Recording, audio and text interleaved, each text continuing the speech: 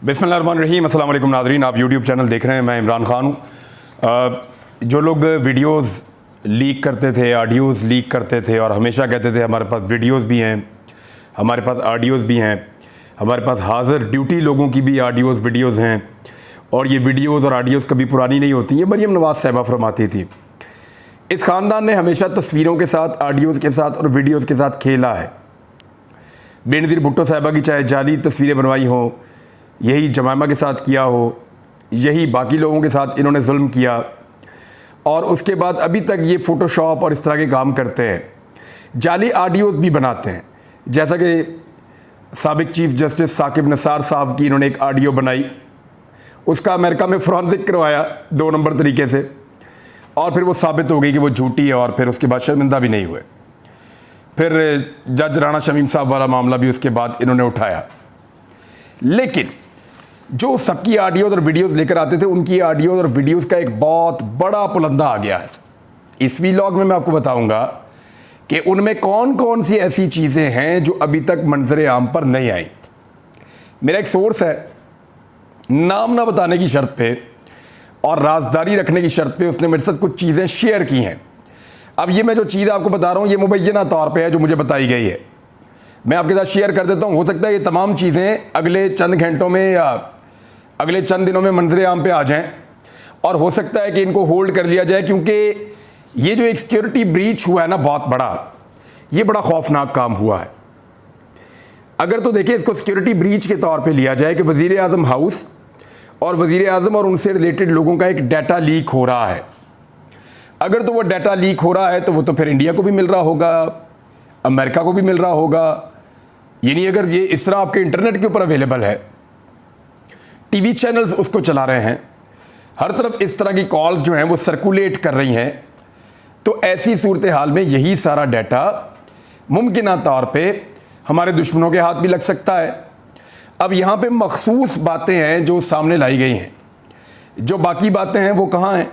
वहाँ पे तो और बहुत सारी बातें होती हैं।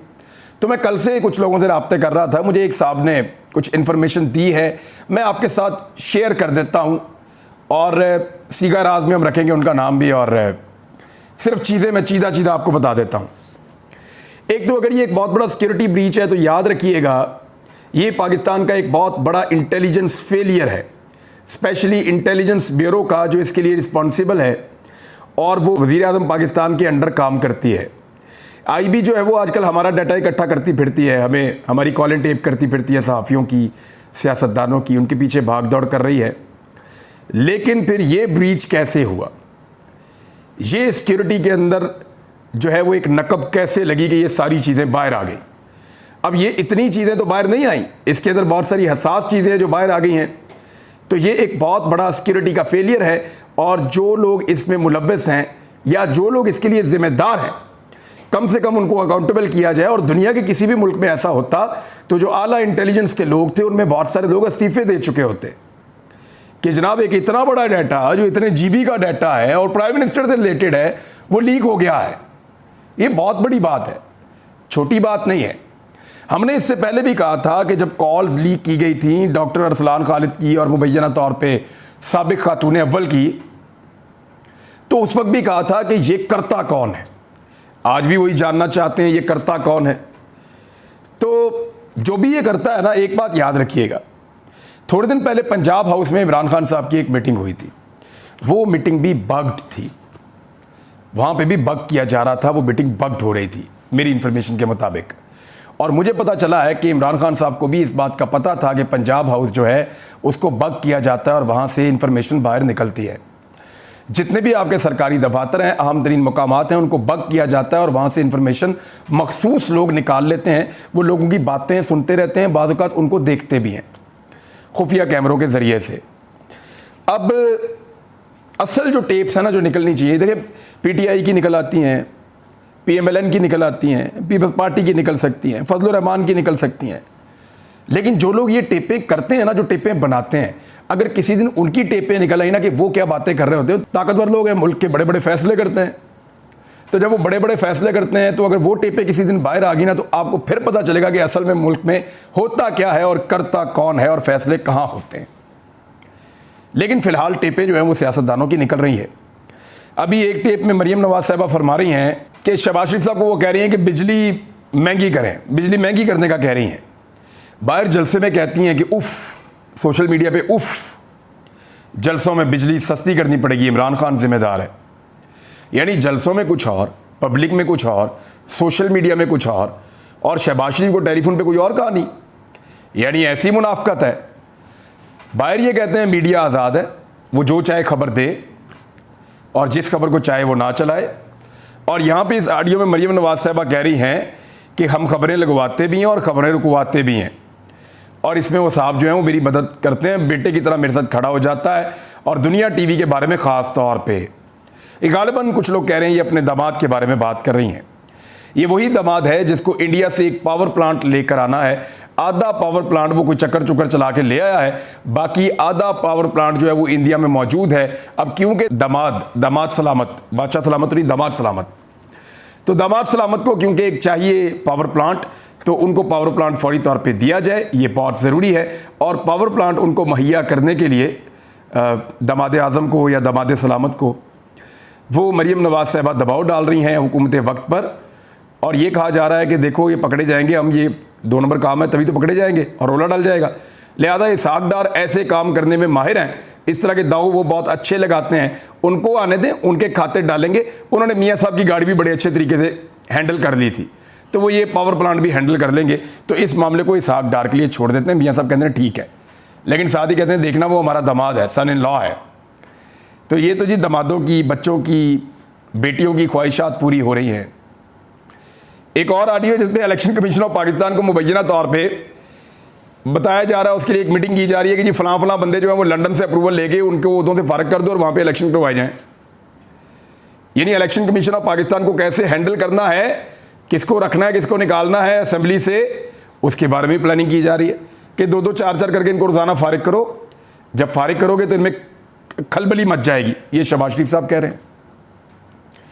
यानी ऐसी 2 नंबर सियासत करते हैं। वैसे तो ये कहते हैं आईन और कानून के तहत हो रहा है, लेकिन हर चीज़ को अंदर बैठकर तय कर रहे होते हैं, हर चीज़ को अंदर बैठ के मैनिपुलेट कर रहे होते हैं। तो ये है जनाब इनका तरीका वारदात। अब एक और चीज़ है, मैं आपको बताऊंगा कि कौन कौन सी ऐसी चीज़ें हैं जो मुझे मुबैना तौर पे एक साहब ने मुझे बयान किए हैं, मुझे बताया कि ये सारी ऑडियो कॉल्स मौजूद हैं और ये मुमकिन तौर पे आने वाले चंद घंटों में, चंद दिनों में ये सारी की सारी लीक हो सकती हैं अगर बंदोबस्त ना किया गया तो।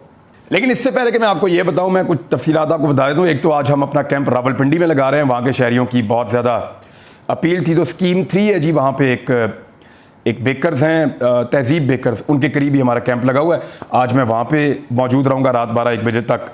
और कल हम चले जाएंगे पेशावर में कुछ सादा कपड़ों में लोग आए थे और उन्होंने कहा जी ये कैंप आप उखाड़ के यहाँ से ले जाएँ, आपकी सिक्योरिटी क्लियरेंस नहीं है। तो हमने उन्हें कहा जी हम क्यों उखाड़ के ले जाएं जो वहाँ लोग मौजूद थे। यहाँ पे तो पाक फ़ौज का कैंप भी लगा हुआ था, अल खिदमत वालों का भी लगा हुआ था और बहुत सारी तंजीमों ने अपने यहाँ कैंप लगाए हुए थे। तो उन सब की सिक्योरिटी क्लियरेंस है और हमारी नहीं है। तो वो लोग ये कहकर चले गए कि जी आप इसको उखाड़ दें, आपकी सिक्योरिटी क्लियरेंस नहीं है, आपको बता दिया गया है। हमने इंतज़ामिया से रब्ता किया तो उन्होंने कहा जी आप इसको कहीं और ले जाएँ शुरू में। तो मैंने इस पर ट्वीट भी किया और DGISPR से मैंने ये सवाल भी पूछा कि क्या हम इंडिया से आए हैं या इसराइल से आए हैं जो हम वहाँ पे कैंप नहीं लगा सकते। पेशावर में हमारे हम वतन, हमें पेशावर के भाई बुला रहे हैं ना, वो कह रहे हैं इधर भी आओ कैंप लगाओ एक दिन, हम भी डोनेशन देना चाहते हैं। तो ठीक है, उनको हक है देने का और हमें हक है उसको लेकर लोगों तक पहुँचाने का। तो वहाँ पर जो है वो एक अजीब सौतेलों वाला सलूक है। बाकी सारे लोग वही काम करें तो ठीक है और हमें वहाँ से कैंप उखाड़ने का कहा जा रहा था। तो मैंने फिर उसको ट्वीट पे भी कह दिया था और वैसे भी मैं अर्ज़ कर रहा हूँ कि कल वहाँ पे कैंप होगा या नहीं होगा, मुझे ज़मीन पे भी बैठना पड़ा तो मैं पेशावर जाऊँगा और उसी जगह पर मौजूद रहूँगा। सिक्योरिटी क्लियरेंस की पाकिस्तान के अंदर मुझे कहीं कोई ज़रूरत नहीं है। मेरा मुल्क है, जहाँ दिल करेगा मैं जाऊँगा, मुझे किसी किस्म की सिक्योरिटी क्लियरेंस नहीं करवानी है। मैं सियाचिन तक गया हूँ, मैंने SSG की ट्रेनिंग तक देखी है, मैंने हर वो चीज़ पाकिस्तान में विटनेस की है जहाँ पे इवन JF-17 थंडर तैयारे बनते हैं, वहाँ तक मुझे लेकर गए, हर चीज़ मैंने देखी है मेरी। अब आपने सिक्योरिटी क्लियरेंस करवानी है तो जनाब सिक्योरिटी क्लियरेंस उनकी करें, कोई इंडिया से आया हो या इसराइल से आया हो। मैं पाकिस्तानी हूँ और पाकिस्तानियों के पास जा रहा हूँ। अब मुझे जो है वहाँ पे खैबर पख्तूनख्वा की पुलिस ने ये कहा है और उन लोगों ने रब्ता किया, उनके एक वज़ीर ने भी रब्ता किया और उन्होंने कहा जी आप परेशान मत हों, हम वहाँ पे सिक्योरिटी का बंदोबस्त करते हैं, आपको वहाँ से कोई नहीं उठाएगा। बहरहाल अगर कोई कैंप उखाड़ के ले जाना चाहता है तो ले जाए, हम वहीं पे बैठेंगे और वहीं पे मदद इकट्ठी करेंगे। अब सुन लें जो मेरे सोर्स ने मुझे बताया। उन्होंने मुझे बताया कि ये चीज़ें हैं जिनकी मज़ीद कॉल्स जो हैं वो लीक हो सकती हैं। नंबर 1, ये खाली कॉल्स नहीं है, ये बग किया गया है बहुत सारा कुछ, अंदर का बंदा भी मुलव्वस हो सकता है। लेट्स सी होता क्या है, अभी इंक्वायरी चलेगी। कुछ कॉल्स इस बारे में है कि इलेक्शन ना करवाए जाएं, फंस जाएंगे सारे।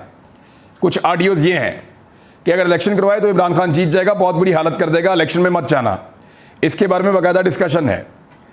कुछ जो है वो सूबाई इलेक्शंस के अंदर धांधली की जो बहुत तैयारी की गई थी 17 जुलाई के इलेक्शन से पहले, और किस किस को कहां पर लगाया गया था और किस किस तरीके से इलेक्शन को 2 नंबरी करने की कोशिश की गई थी, एक उसके हवाले से भी ऑडियोज हैं।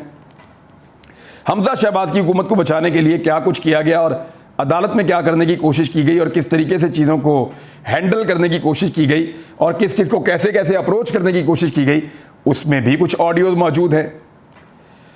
25 सितंबर का जो इलेक्शन मौखर हुआ है थोड़े दिन पहले, जो इलेक्शन कमीशन ऑफ पाकिस्तान ने का सैलाब आया हुआ है, हालांकि जहां पे इलेक्शन था उन 9 हल्कों में से एक में भी सैलाब नहीं है, तो सैलाब आया हुआ है, ये बहाना लगाया। तो ये जो सारा मामला है इसकी भी ऑडियो मौजूद है।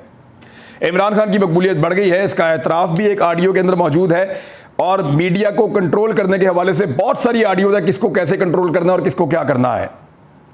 इंटरनेट को बंद करने के हवाले से भी ऑडियोज मौजूद है कि इमरान खान की बात बिल्कुल सुनाना ही बंद कर दो, और फौज को और तहरीक इंसाफ को कैसे लड़वाना है इसके ऊपर भी ऑडियोज मौजूद हैं। सलमान शहबाज के राब्ते मौजूद हैं कुछ ऑडियोज के अंदर, और वो अजीबोगरीब डिमांड्स कर रहे हैं। नवाज शरीफ के भी राब्ते मौजूद है। नवाज शरीफ की वापसी के हवाले से जो बातचीत हुई है उस हवाले से भी कुछ कंटेंट ऑडियोज के अंदर मौजूद है। अदालती फैसलों पे बड़े अजीबोगरीब तबसरे मौजूद हैं जजेस के नाम लेकर मुबैना तौर पे कुछ ऑडियोज के अंदर। अल्लाह करे कि ये कभी पब्लिक ना हो, लेकिन ऐसी चीज़ें मुझे मेरे सोर्स ने बताई हैं। नैब को ख़त्म करने के हवाले से और नैब के दांत तोड़ने के हवाले से कौन कौन सी चीज़ें कैसे कैसे करनी है, इसकी जो डिस्कशन है उसकी ऑडियो भी मौजूद है। अच्छा, कुछ बड़ी मज़ेदार मुझे उस शख्स ने बात बताई और मैं हैरान हो गया। उसने कहा जी MQM आसिफ अली जरदारी और मौलाना फजलुर रहमान को सिर्फ गालियाँ नहीं दी इन्होंने, PMLN ने।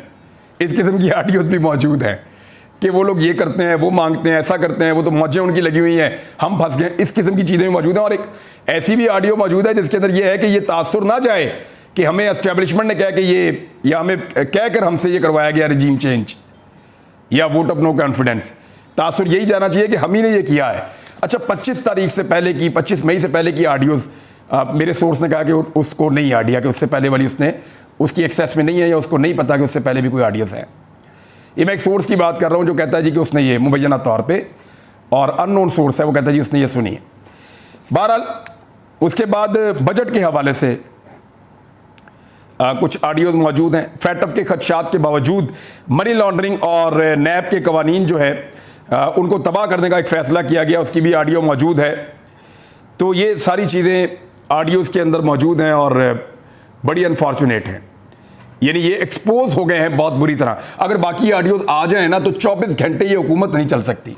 ये मैं आपको बता दूं कि जो कुछ उन ऑडियोज़ के अंदर मौजूद है, और वो डाटा कैसे बिक रहा है, ब्लैक वेब के ऊपर बिक रहा है।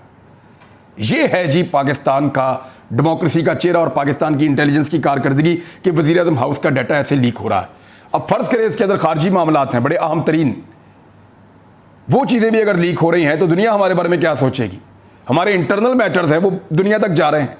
यहाँ पे एक इन्फॉर्मेशन ये भी फ्लोट कर रही है मार्केट में, और कुछ लोगों ने इसको सोशल मीडिया पे डाला भी है। एक दो जर्नलिस्ट हैं बड़े सीनियर, उन्होंने भी, सदीक जान ने भी इस बात की तस्दीक की है कि हुकूमती इदारों ने हैकर्स को ऑफ़र की है कि आप हमसे 5 अरब रुपए ले लें और उसके बदले में मज़ीद ऑडियोज़ लीक ना करें।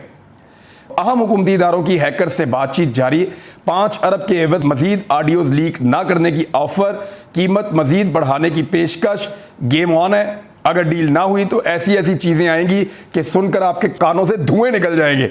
अब ये जो मेरा सोर्स कह रहा है ना, ये बातें ठीक लगती हैं मुझे। और इसके अलावा एस्टेब्लिशमेंट के बारे में, इदारों के बारे में जो बातें हैं वो अलग हैं, मैं उन पर बात करना नहीं चाहता कि जजेस के बारे में, इदारों के बारे में, जर्नल्स के नाम लेकर जो बातें हैं वो बड़ी मायूब हैं। मैंने सुनी नहीं है, लेकिन मुझे एक शख्स ने क्लेम किया है।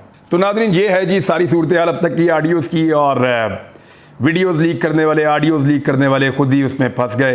वो कहते हैं जो दूसरे के लिए गड़ा खोदता है आखिर में वो इसी में गिरता है। मुझे आपको मैं एक छोटी सी चीज़ बता देता हूँ। 2 दिन पहले एक शख्स ने कॉल की और उसने कहा जी कि फ़लाँ की मुतनाज़े वीडियोज़ मेरे पास हैं, मुतनाज़े वीडियोज़, और उन लोगों ने मेरे साथ बड़ी ज़्यादती की हुई है।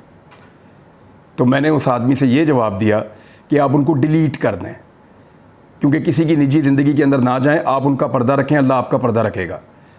मैंने वो वीडियोज़ ऑडियोज़ के अंदर कोई दिलचस्पी ज़ाहिर नहीं की। बहरहाल सबका अपना अपना तरीक़ाकार है। अब तक लिए इतने अपना ख्याल रखिएगा, अपने इस चैनल का भी। अल्लाह हाफ़िज़।